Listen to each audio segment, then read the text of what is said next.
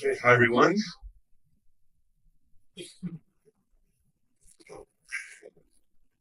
So, you met me, so I'm not going to bother with introductions. You all know Natalia, I'm not going to bother with that, but we have the legendary Hernando de Soto here, my friend, uh, co-journeyman, done a lot of things over the years, and that's just joy to have all of that coalesce around this new age, really, what we can do with property rights.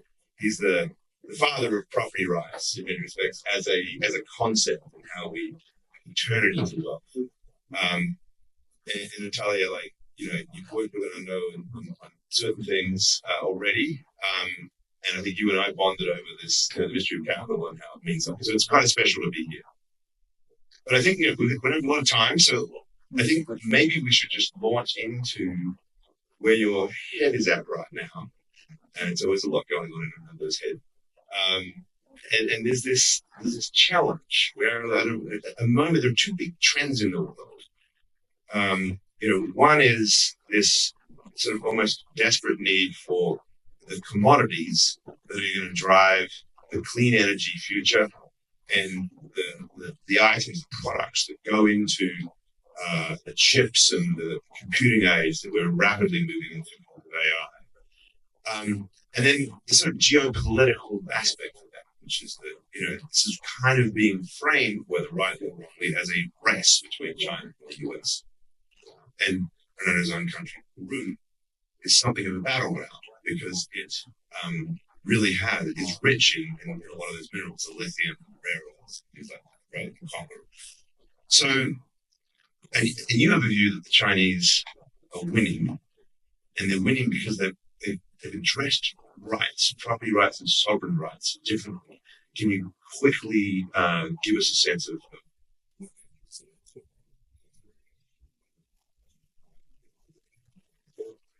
Thank you very much. Being a Latin American, we're including I was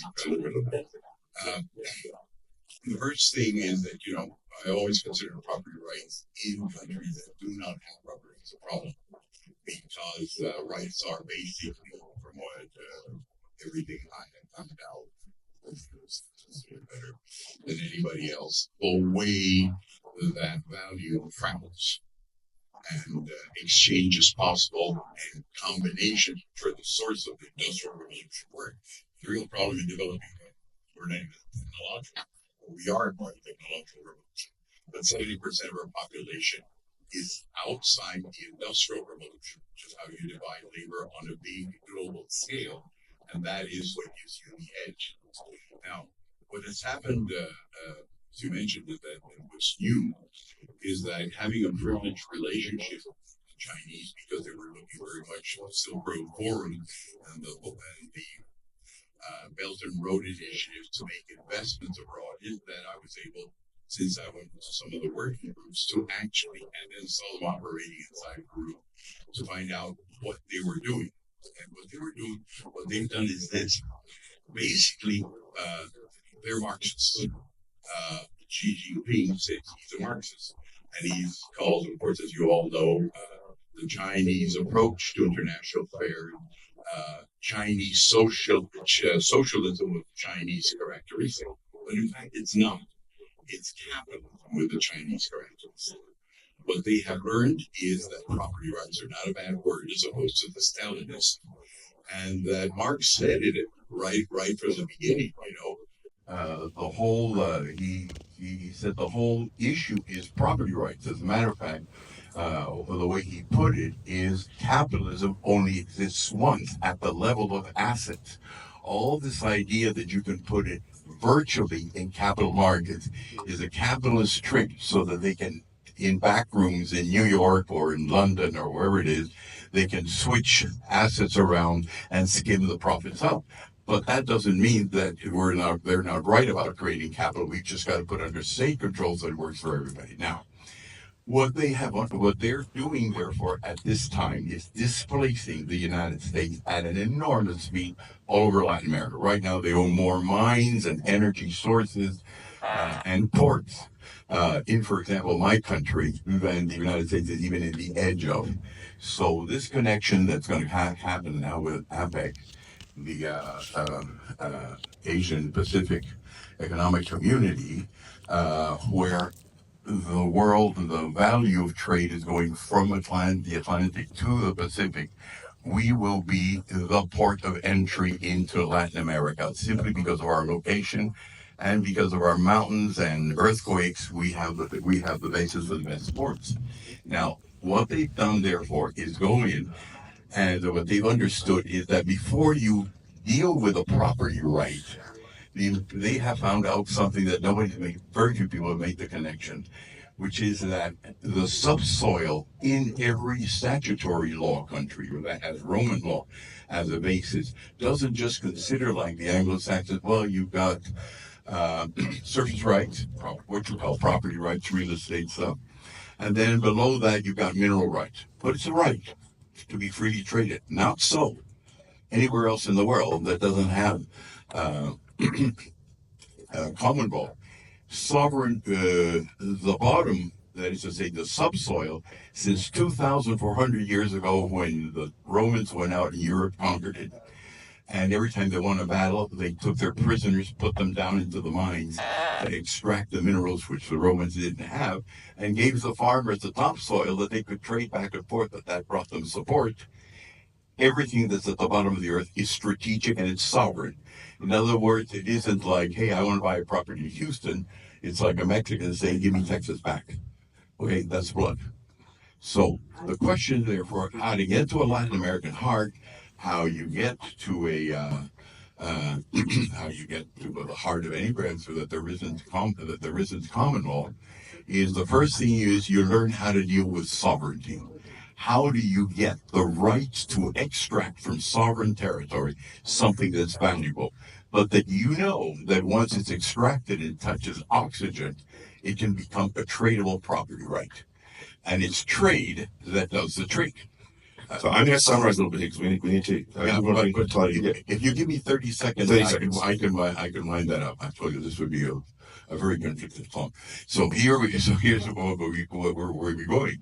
They have actually used a blockchain type sequence of what they call transmutation of a sovereign right to extract to capital formation on the basis of a certification where what they call the surplus value of the exercise of extracting can be separated in accounts that can then be used to make investment capital without reaching cash, because a big Marxist proposition has always been the failure of capitalism will come, and you have 5 seconds left, the failure of capitalism will come because these Anglo-Saxons and others don't know how to distinguish money, ergo circulating capital, from investment capital, and we do. And that's what's going on right now.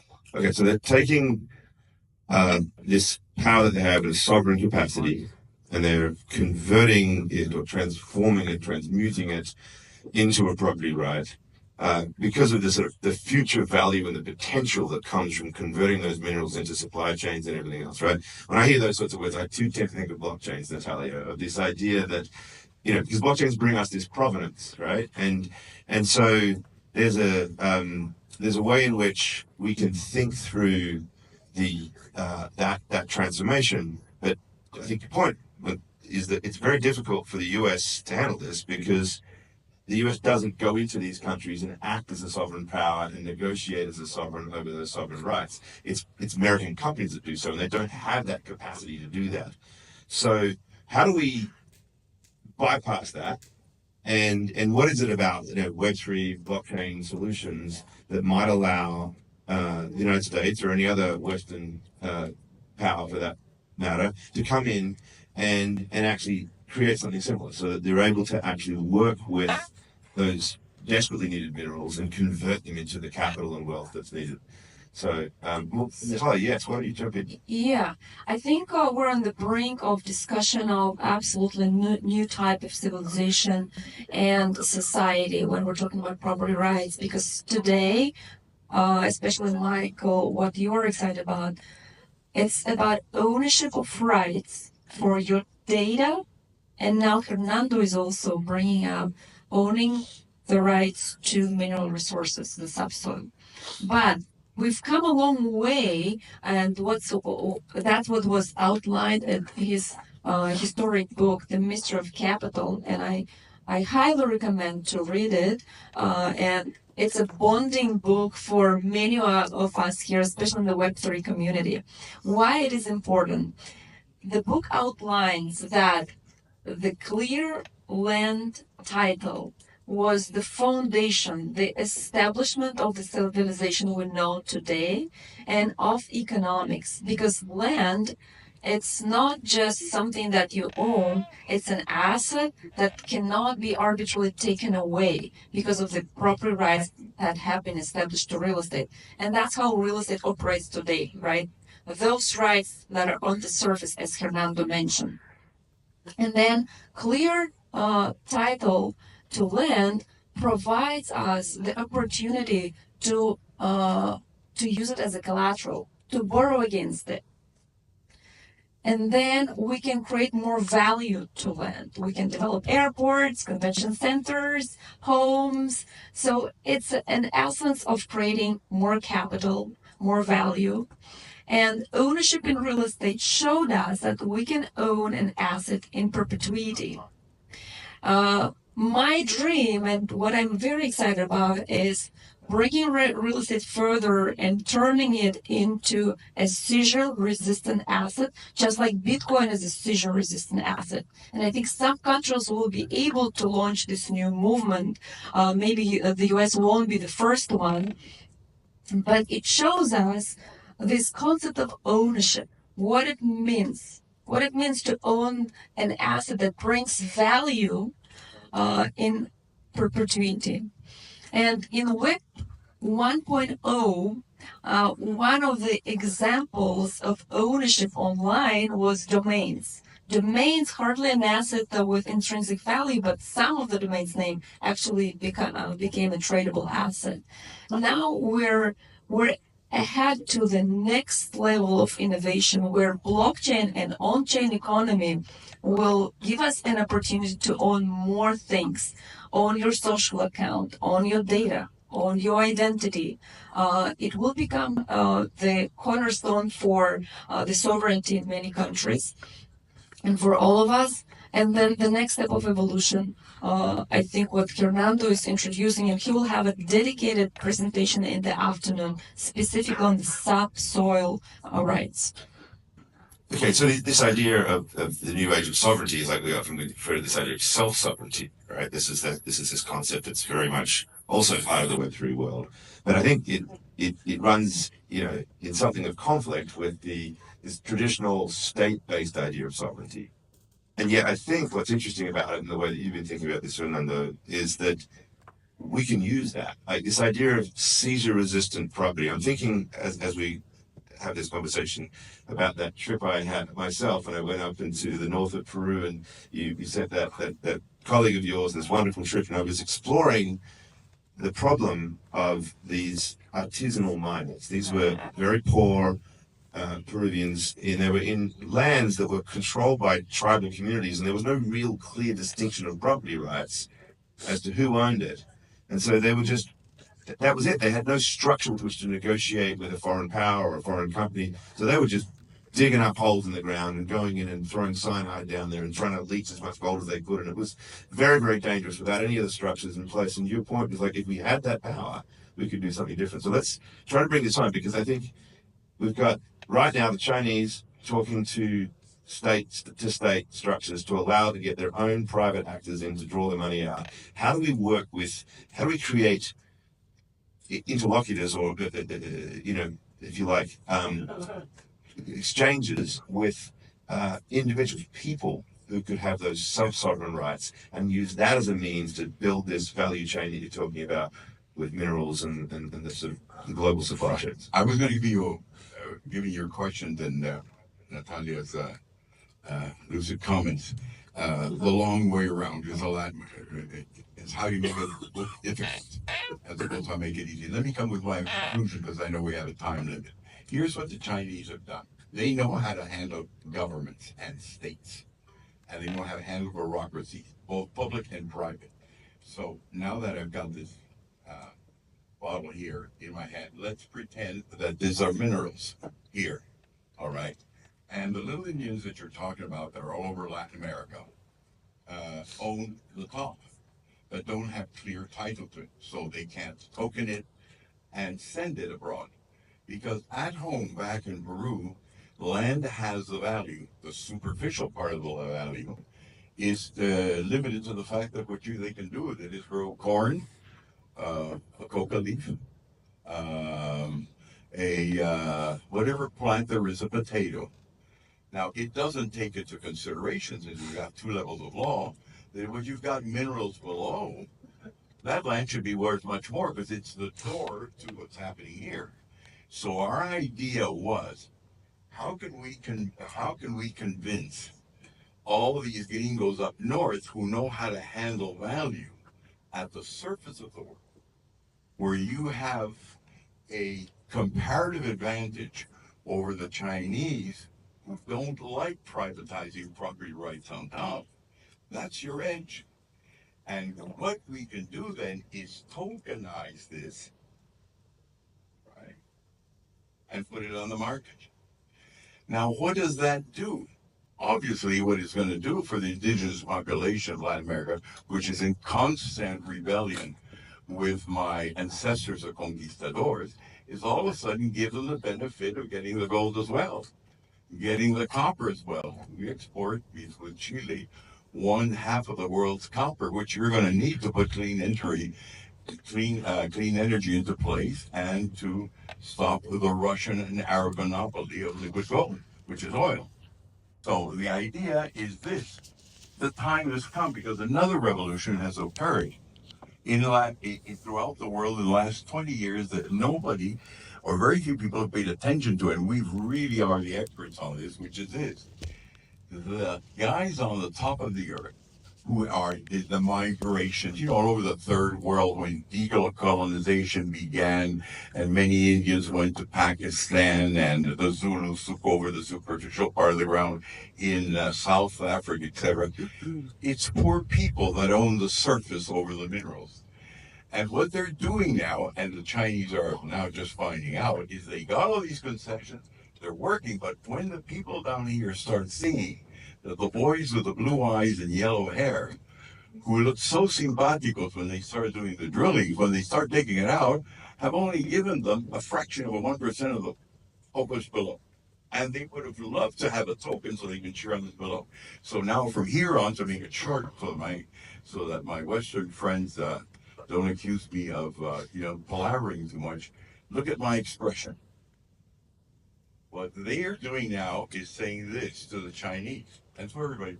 Look at it. They take the cap of the bottle, they're screwing it in, and they're saying, I want a better price. And half the Chinese minds are blocked. They keep on buying because they find that they're going to be able to settle it sooner or later, but they don't know how to deal with new owners. They know how to deal with proletariats. It's a different story. So the question was, and it'll take me 10 seconds, the question was, how do we interest this to Web3? I look at Mark Anderson writing, and he says there's this Venezuelan intellectual who I think is hated. I'm not a Venezuelan. He doesn't even know where I am. Intellectual. I'm not even an intellectual. I'm a rabble-rouser. I'm all sorts of other things. So I say, interesting, they've got the token mentality, but the only guys who understand the superficial part are property. People who deal with the surface. How do you tokenize something? How do you convert something that's a land property right, the alchemy of that, into stock, which is another way of owning things? And of course, when you then talk to a real estate, the ones I know about in the States, about how you do this on a massive scale, they say, oh my God, Indians, communists, Chinese, I don't know about that. I just know how to create, sell Empire State Building. But you have the technology. So the interesting thing is you need mining companies to look at it, but I don't know how it is in the rest of the world. In the case of Peru, the lowest IQ Peruvians are guys who all they know is how to dig holes in the ground. The guys for information technology all want to imitate you, right? And be Mark Andreessen. And the real estate guys never didn't come to America for the gold, but for what's on top.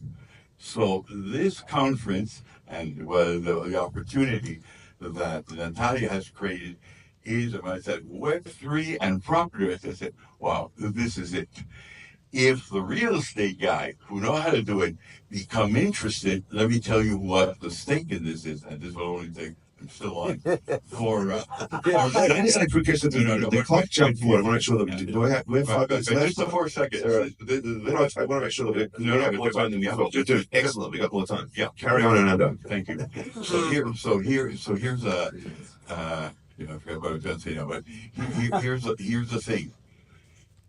What can you make by using tokens? I was reading about this. Some of your people in the Financial Times, there's been a bunch of articles on it. I think we are going to make $4 billion. Let me tell you, in just one province of Peru, which I represent because they give me the contract, I move and shake things around in Peru. The copper underneath, close to the port, in an area called Apurimac, which I represent, the copper below has a ready-to-go value of $2.3 trillion. And if you take all the electric metals, the ones that allow you to store energy, lithium, which we've got plenty of in Latin America, we're the number one producer. Copper, just Chile and I export 48% of the world's copper. So altogether, it's about $150 trillion, which is 2 years of what China and the United States produce every year. So think about it. Get out of the housing business as whole start thinking our way, and we can then have a healthy competition between Asian capitalists and us Latin Americans who.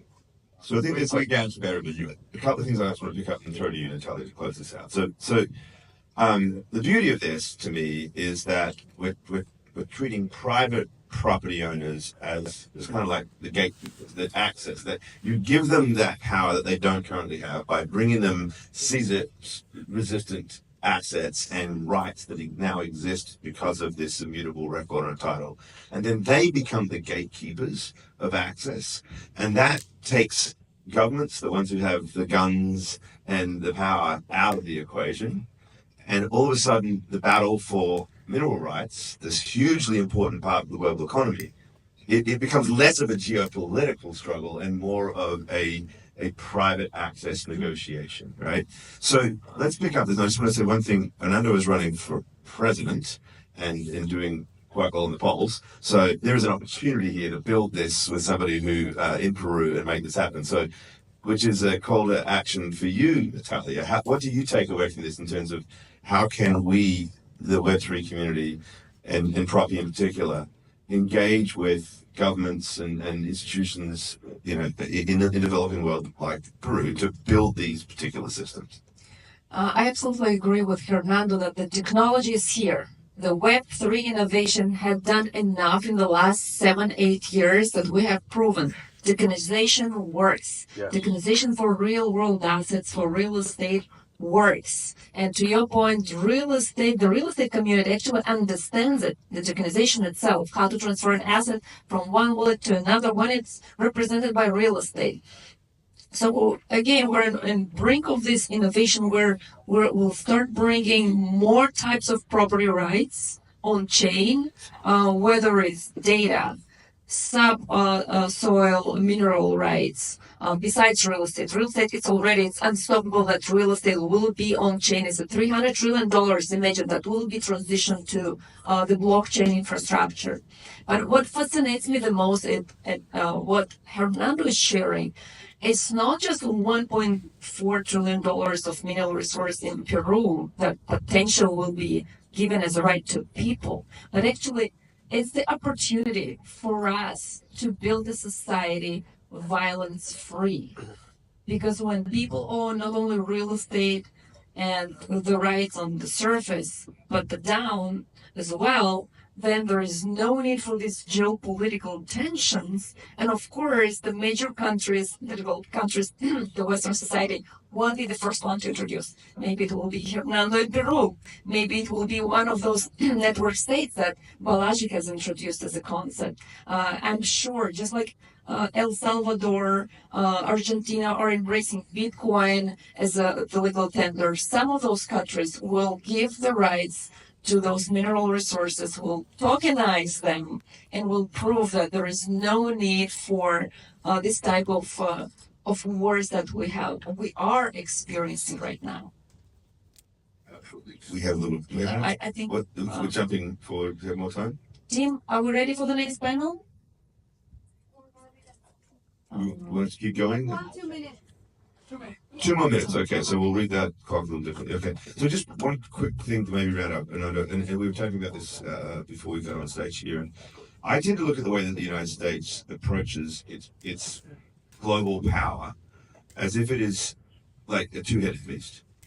On the one hand, American power comes from what is really the surveillance state, so 4 minutes, is it? 4 minutes, okay. So the surveillance state, which, in some respects, those of us in the crypto world know a lot about, because this is the Bank Secrecy Act, this is FinCEN, these are these rules, and the United States becomes the gatekeeper of power because everybody has to trade through US banks because everybody has to have the dollar.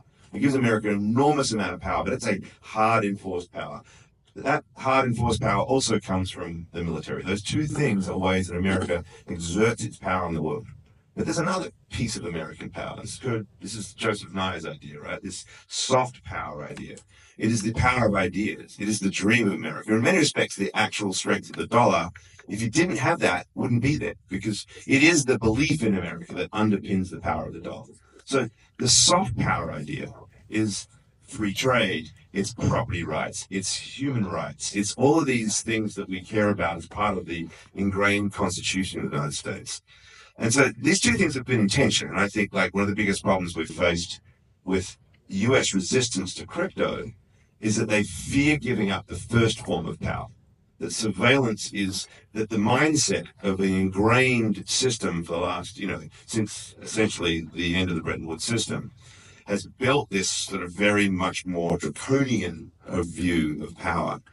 And yet, the way that you beat China is by embracing the second, because China can't do that. There is no way that the Chinese Communist Party can actually operate without a permissioned surveillance control economy. That is the very nature of their DNA. So a permissionless system, an open system, a truly American system would beat the Chinese one. I want you to weigh in on that. I will weigh in on that. Well, here's the part that's interesting about the United States, from our point of view, is how poor you are at history. You've done this before. Not with the invisible hand over the last 3 centuries, but you did it just 60 years ago, 70 years ago, when in Honolulu, General MacArthur was in charge of Pacific operations, South Pacific operations, finally won the war against Japan. He came to the conclusion that the problem of an aggressive Japan, that was the American point of view, there's another point of view, came from the fact that they wanted to expand land because they had a lot of farming revolutions. And so the idea was, you got to go to Manchuria, you got to go to the Indonesian part and distribute it among our peasants. This will take 30 seconds. And so what he did was the following thing. He put together a think tank in Honolulu with a few Americans who were arrested afterwards for being called communists, who devised this token system to give to Japanese authorities, who then elaborated on it. And my Peruvian team spent 2 years in Japan to find out how they took a feudal title and then converted it into property titles. And Japan, in the next 15 years, grew 11 times more. That's being done, and the only one who documented is us Peruvians, because for everybody he was a Republican, he was a Jeffersonian, so that took him out of the map. So you've done it before. And we've written 2 volumes. I didn't know when you published it because the only people interested in the United States are military historians. Second, using that scheme in mind, we not only set up the titling system in Peru, but we said there's something in the token, in what we call the representation of value, of immense value. And then I end up with this. And so we were in charge of privatizing in 1990s the Peruvian telephone company. It was a mess. It was owned by the state, but in the Lima Stock Exchange was only worth $57 million. We tried to sell it. Nobody wanted to buy it. And we said, maybe the problem is a representation. Talk title, talk token. So what we did then is we hired Rothschild Bank and we said, what do you think of Peruvian law regarding representations of title? They said, we don't understand it. That's the reason we're never buying this. I said, how much for you to design a token, or don't call it token, a title for us that can be sold globally? And we spent a year in, and we did it. And we sold the Peruvian telephone company for $2 billion, 37 times its price. Why? Because by tapping into tokens and titles that are recognized by global law, you get into sources of wealth that you never even imagined. And that's why Adam Smith called it the invisible hand. There is no way we can wrap our minds around that unless we understand what you've been saying before, both you and Natalia, which is that value is hidden somewhere in the air.